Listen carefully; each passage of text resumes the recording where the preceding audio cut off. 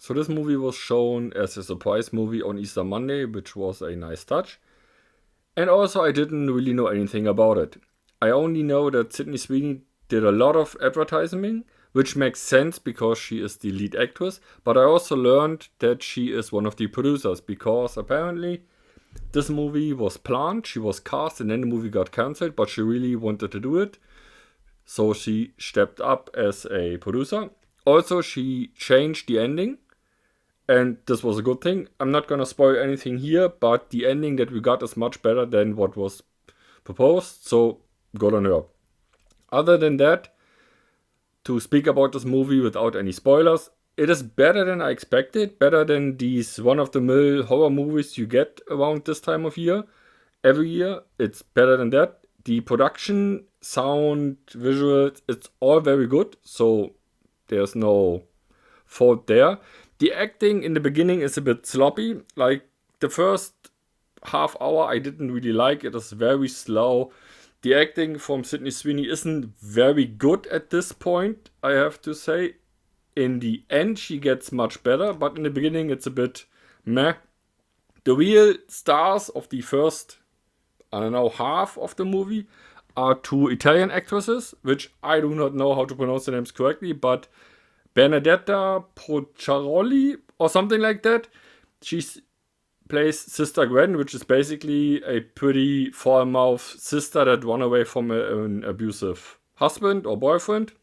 She doesn't really play along with all the things that go on in this monastery, but she's very entertaining. And Sister Isabel, played by Giulia Hartfield Di Renzi or something like that. I'm sure that's wrong, but she is very sassy. She's really entertaining, really funny. So those two basically run the show for the first 30-40 minutes, and then Sydney Sweeney takes over, and towards the end she does a better job than I expected. Like, I don't really have seen much of her. I didn't watch the TV series she's apparently in. I just seen her in Madame Web, and that movie was like a dumpster fire, so not the best. But in this movie, towards the end, she's really good. So I would say if you can watch this movie, like maybe as a movie of the week or something like that, we have this here where you pay only half. Definitely watch this. For the full price, I'm not so sure. Depends on how much a ticket is for you. But it's not a waste of time. It is entertaining. It doesn't do anything really new. Like, all of these things have been done before, but they still work. Like, somehow this is a movie of contradiction where you say, well, yeah, this was done before, but it's still entertaining. So, not bad. And now for some things with spoilers, or slight spoilers. The first movie I thought of when I saw this was Alien 4. Because of the whole cloning thing. This is basically Alien 4, but with Jesus instead of xenomorphs. Also, the movie kinda uses a bunch of tropes, but they all work. Like, there's a bunch of movies with evil nuns in it. There's a bunch of movies with evil scientists in it. It also basically follows the standard survival horror game trope. Like, the first third is creepy, then something supernatural happens and nobody knows what happens, and then is the laboratory at the end where everything gets explained. This movie basically does the same thing. Creepy beginning, supernatural event, and then a lab that explains everything, and it was just science. Great. I think the most impressive thing about this movie is the ending. There are people, I've seen reviews that really praise that ending. I didn't want to go that far and say that's like amazing, breathtaking ending, whatever. But it is far better than what was proposed. Proposed was the ordinary sunshine ending that she basically gives birth, and then they skip 10 years and she's in a park and the baby is happy and everything is good. That doesn't happen. What happened is that she basically screams a lot, gives birth, and finish the whatever it is. Like, they never really show what it is, just like a blurred glimpse in the background. The noises, let's call it the baby, makes are not really healthy, so I'm not sure that it's a healthy baby. Well, I'm pretty sure it's not. But in my cinema, the scene where she gives birth and she screams a lot, basically the first couple of screams, everybody was, oh, amazing acting, and then it kind of got ridiculous.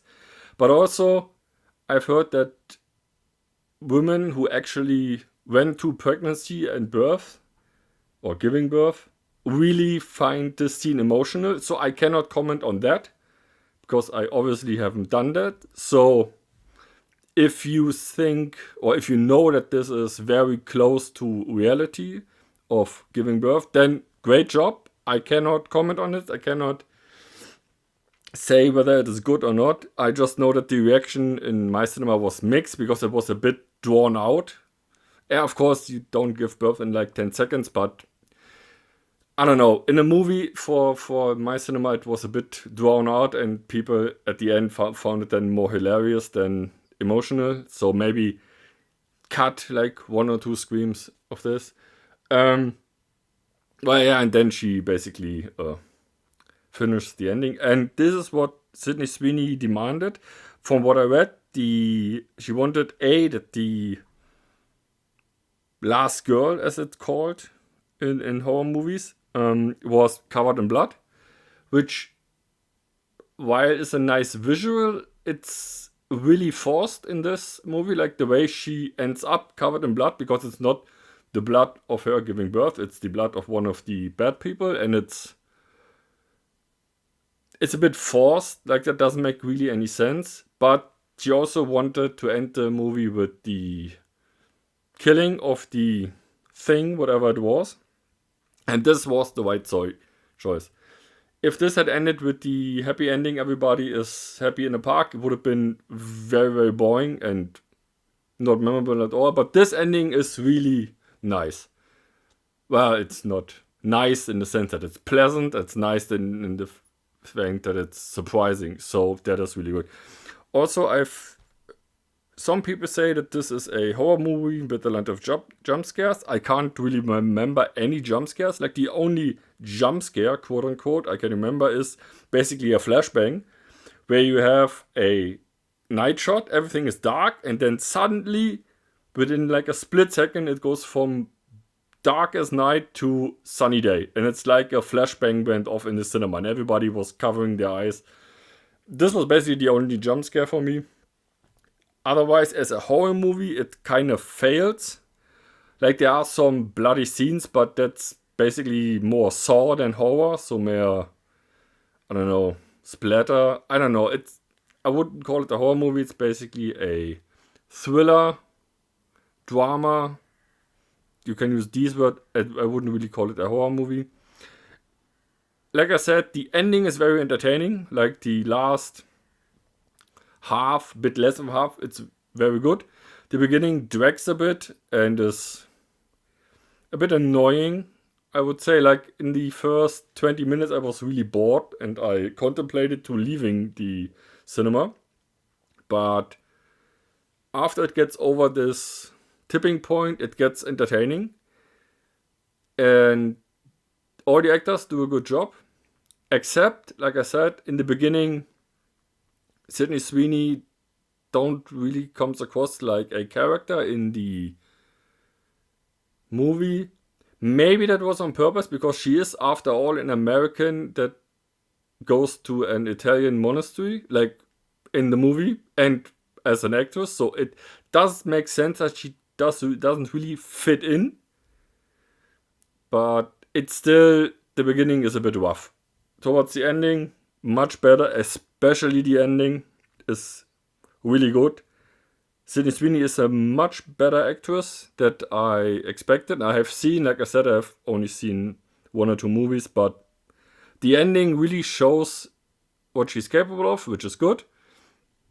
And yeah, she has proven with the decisions, if these articles are true, of course, that she has an instinct for good decision in movie making. Making this movie was a good idea. Changing the ending was an even better idea. So apparently she knows what she's doing. So you should know what you're doing. Watch this movie. it's entertaining.